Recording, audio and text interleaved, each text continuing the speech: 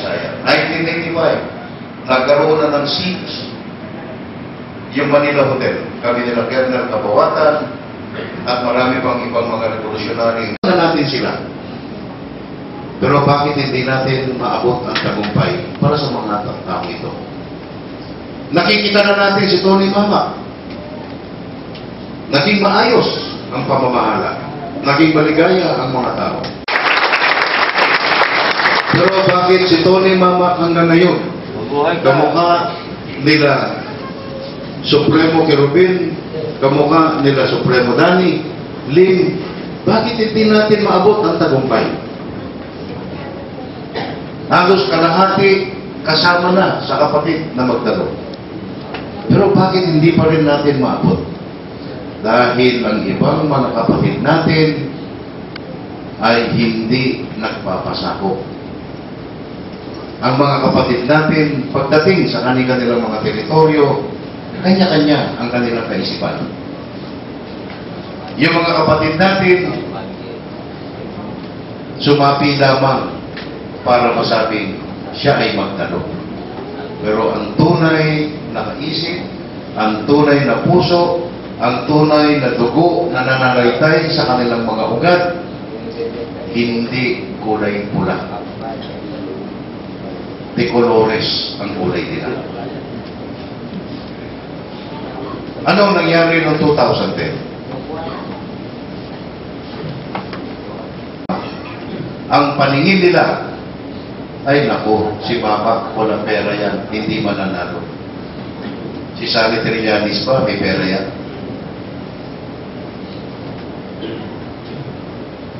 Naku, mananalo. Ito, maraming pera. Ganon ang pananaw.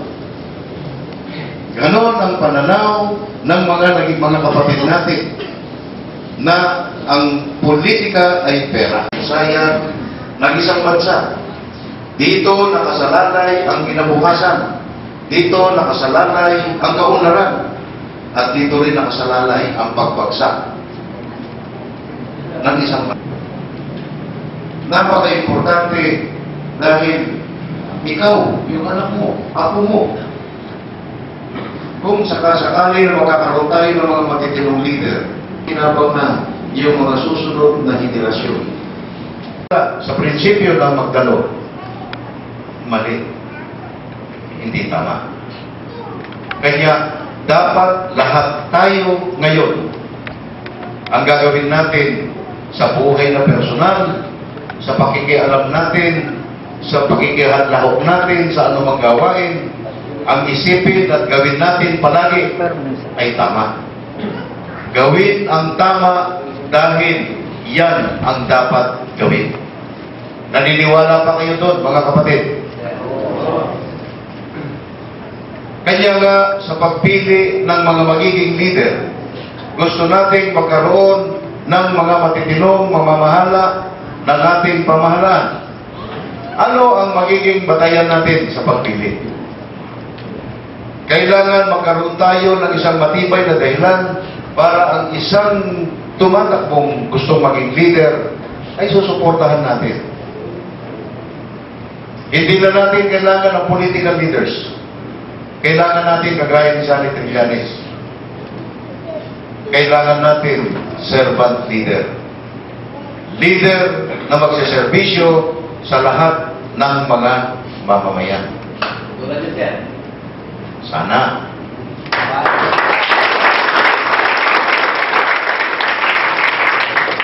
Leader na walang iniisip kung hindi tama para sa kabutihan ng kanyang mga mamamayan. Anong batayan? Dito, mga kapatid, 6 na taon na naging konsihala, 6 na taon naging vice mayor, Vicky Vega, magaling po yan. Medyo tumaba na lang ng konti. Jay Sangit, 9 na taong naging konsihal. Makinis ang putis. Maputi. Bonifacio, 3 taong naging konsihal. Magaling. masipag magbunot ng ngipin, maganda rin ang kutis. Mark Sison, hindi natin masyadong nakita. Bigla na lang lumitaw ngayon at hahabol bilang Vice Mayor. Makinis din ang kutis niya. At si Tony Mama, kulay pula at itim ang kutis.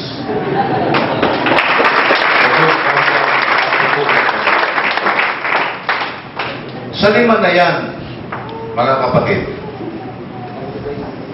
kailangan maging mapanuri, mapag-aral, at tanungin ang sarili, ano ba ang ginawa nitong programa, proyekto na nagdulot ng kasiyahan at pagbabago sa buhay ng bawat nasasakupan nila.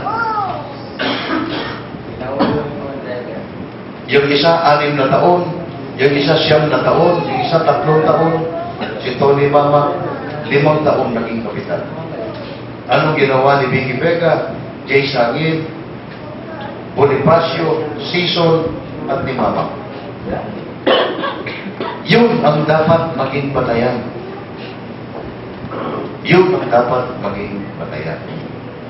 At pag ikaw ay nagkaroon na ng desisyon, sarili mo pa muna yun.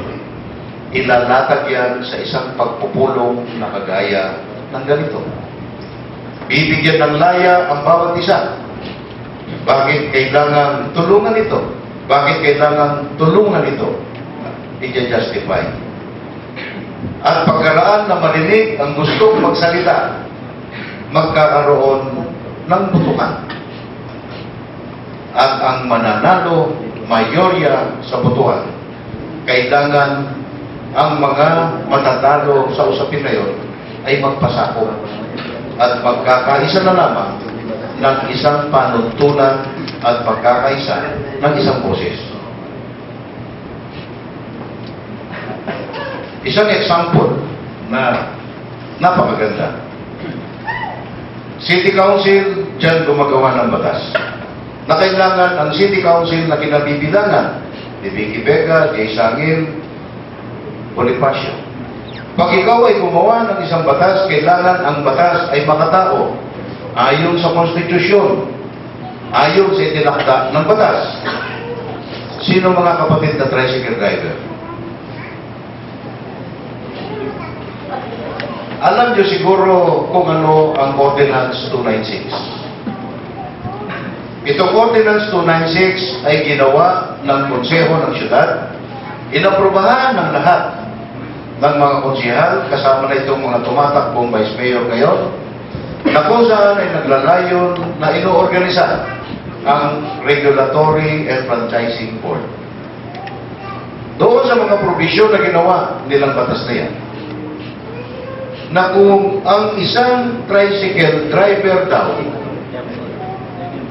ay hindi nakapagbayad o hindi nakapag-renew ng kanyang MTOP sa takdang panahon, siya ay lalapatan ng penalty ng 500 piso.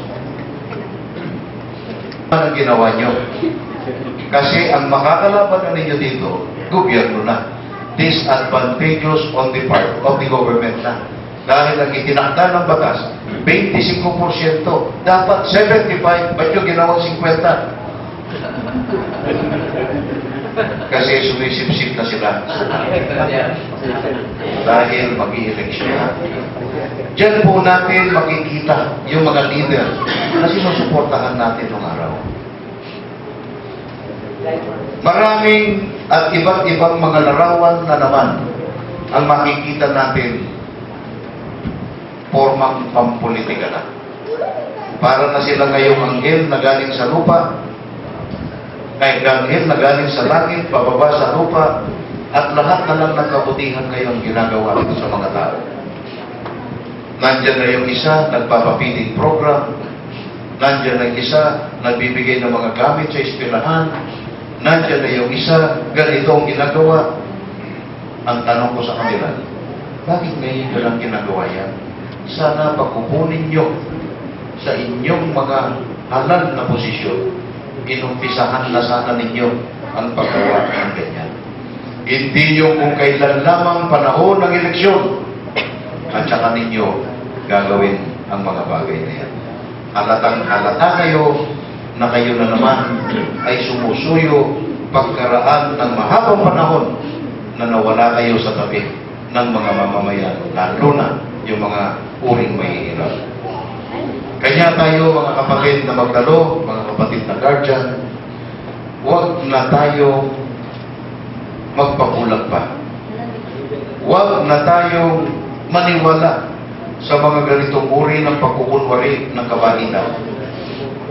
Kung ikaw ay lehitimo ang pagnanais na magbigay ng maayos na serbisyo sa mga kapatid, sa mga mamamayan, kailangan sa unang araw na pag-upo mo pagkatapos ng eleksyon, inaasahan ba natin na susuporta at hindi magtataksil ang samahang magdalo? Gagawin kay Tony Mama. At syempre, tangkilikin natin Sunny Trillanes, tangkilikin natin si Ariel Kirubin. So mga kapatid, sana nakapag-ulat ako sa inyo, sana pumasok sa kaisipan, pumasok sa puso ang pinagsabi, ang pinag-uusapan natin. Pag nagtagumpay si Tony Mama, nagtagumpay ang mga magdalo doon sa syudad, lahat kayo Vice Mayor ng Angeles City. Magandang hapon sa inyong lahat. Mabuhay ang magdalo! Mabuhay ang magdalo! Mabuhay si Sunny Trillanes! Mabuhay si Danny Lim! Mabuhay si Ruben! Mabuhay si Tony Mama! Mabuhay si Daniel!